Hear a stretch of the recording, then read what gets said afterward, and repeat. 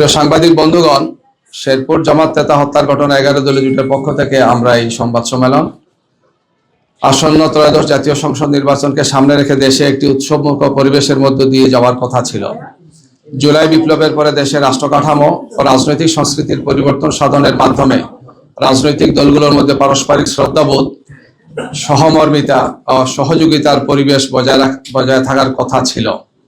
কিন্তু গতকাল 28শে জানুয়ারি শেরপুরের ঝিনাইগাতি উপজেলায় ঘটে যাওয়া ঘটনা সেই উৎসবমুখর পরিবেশকে ম্লান করে দিয়েছে। উপজেলা প্রশাসনের আয়োজনে ঝিনাইগাতি ও শ্রীবর্দী উপজেলা সংশ্লিষ্ট নির্বাচনী আসনের প্রার্থীদের নিয়ে ইশতেহার ঘোষণা অনুষ্ঠান আয়োজন করা হয়। সেখানকার স্থানীয় প্রশাসনী আয়োজনটা করেছিলেন।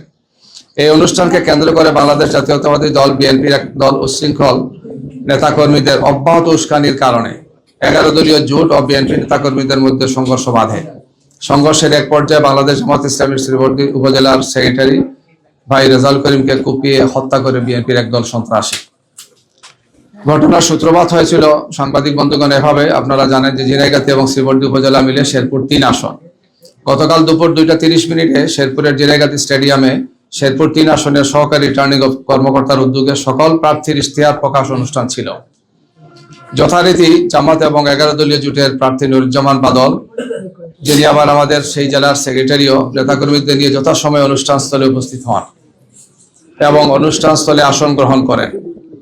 বিএনপি প্রার্থী মাহমুদুল হক রুবেল তার সমর্থক কর্মীরা সেখানে আসেন, কিন্তু অনেক বিলম্ব করে তারা এখানে আসেন। তখন বিএনপি নেতারা ইউএনএকে অর্ধেক আসন ভাগ করে দিতে বলে।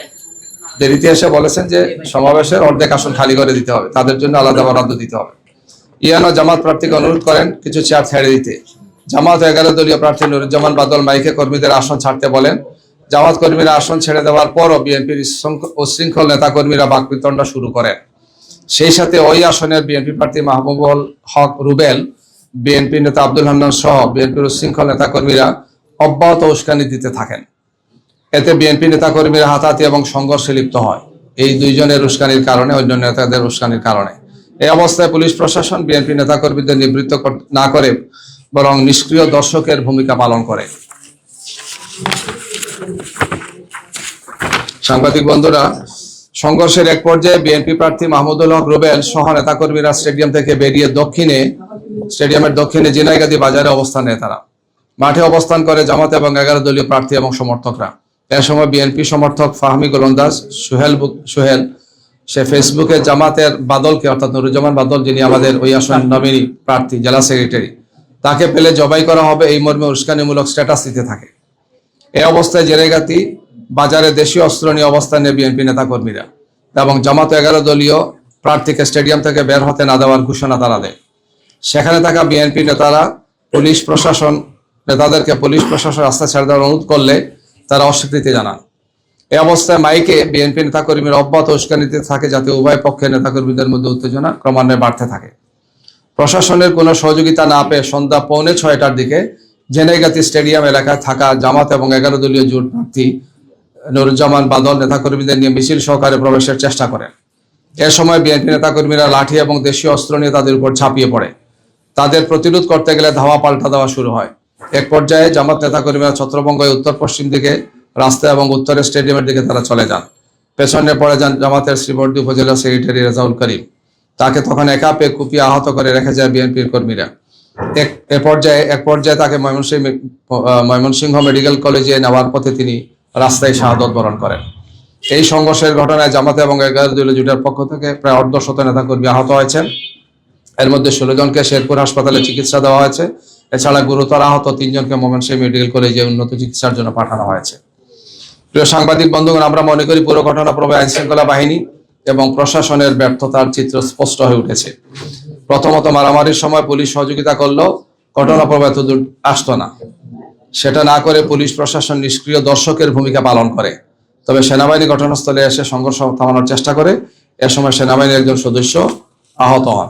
আমরা সেনাবাহিনীর ধন্যবাদ জানাচ্ছি যে তারা সেখানে এসে পরিস্থিতিটাকে নিয়ন্ত্রণ করার চেষ্টা করেছেন। এই জন্য প্রিয় সাংবাদিক বন্ধুগণ, শেরপুর 3 আসনে ঘটে যাওয়া অপ্রত্যাশিত ঘটনা পুলিশ ও গোটা প্রশাসনের ভূমিকাকে প্রশ্নবিদ্ধ করেছে। আমরা অবিলম্বে শহীদ রেজাউল করিমের হত্যার সুষ্ঠু তদন্তের মাধ্যমে দোষীদের গ্রেফতার করে সর্বোচ্চ শাস্তির আওতায় নিয়ে আসার দাবি জানাচ্ছি। সেই সাথে জেনেগাতি উপজেলা প্রশাসনের ব্যর্থতা তদন্তপূর্বক জরুরি ব্যবস্থা নেওয়ার জন্য আমরা জোর দাবি জানাচ্ছি। প্রিয় সাংবাদিক বন্ধুগণ, আপনারা জানেন গত কয়েকদিনে সারা দেশে জামাত এবং 11 দলীয় জোটের প্রার্থীদের প্রচারণায় বাধা দেওয়া হয়েছে। অব্যাহতভাবে জামাতের নারী কর্মীদের উপর হামলা এবং নিপীড়ন করা হয়েছে। প্রশাসনকে বারবার জানানো হলেও এখন পর্যন্ত কোনো দৃশ্যমান পদক্ষেপ নেয়নি। আমরা প্রশাসনের এই ধরনের একপাক্ষিক আচরণের তীব্র প্রতিবাদ জানাচ্ছি।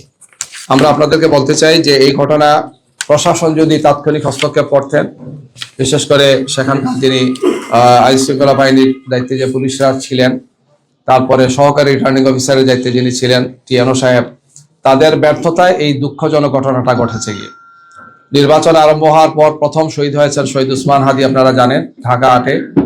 আর এরপরে এই ধরনের একজন প্রার্থীর সমাবেশে হামলা করা হয়েছে, অন্যরাও ছিলেন, এবং এখানে সুনির্দিষ্টভাবে বিএনপির যিনি প্রার্থী তার নেতৃত্বে তিনি উস্কানি দিয়েছেন এবং তার কারণে এই ঘটনাটা ঘটেছে আমরা মনে করি। সন্ত্রাসীরা সেখানে আগে থেকেই ছিল, তাদের উদ্দেশ্য ছিল যে নুরুজ্জামান বাদল যিনি জামাত ইসলামের প্রার্থী শেরপুর 3-এর, মূলত তাকে হত্যা করা, অন্যদেরকে মারাত্মকভাবে আহত করা, এই হীন উদ্দেশ্যে তারা এই কাজটি করেছেন। গিয়ে আমরা প্রশাসনের নীরবতা এবং নিষ্ক্রিয়তা এবং একদিকে হেলে পড়ার আগে আমরা বলেছিলাম, নির্বাচন কমিশন বলেছি, আপনাদের মাধ্যমে আমরা জাতিকে জানিয়েছি, সেটা দিন দিন দৃশ্যমান হচ্ছে।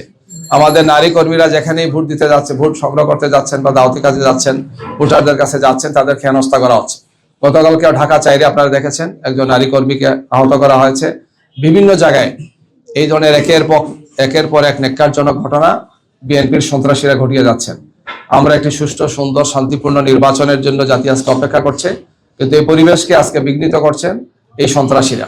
আমরা মনে করি এই জাতি অতীতে স্বৈরাচারের এবং ফেসিবাদের বিরুদ্ধে যেভাবে ঐক্যবদ্ধভাবে আমরা আন্দোলন করেছি, বিজয় অর্জন করেছি, সন্ত্রাসীরা যদি এই ধরনের কার্যক্রম তার অব্যাহত রাখেন, তাহলে আমরা এক দলমত নির্বিশেষে, বিশেষ করে আমরা 11 দলীয় জোটে আমরা যারা আছি, আমরা সবাই জনগণকে সাথে নিয়ে আমরা তাদেরকে প্রতিরোধ করবো ইনশাল্লাহ।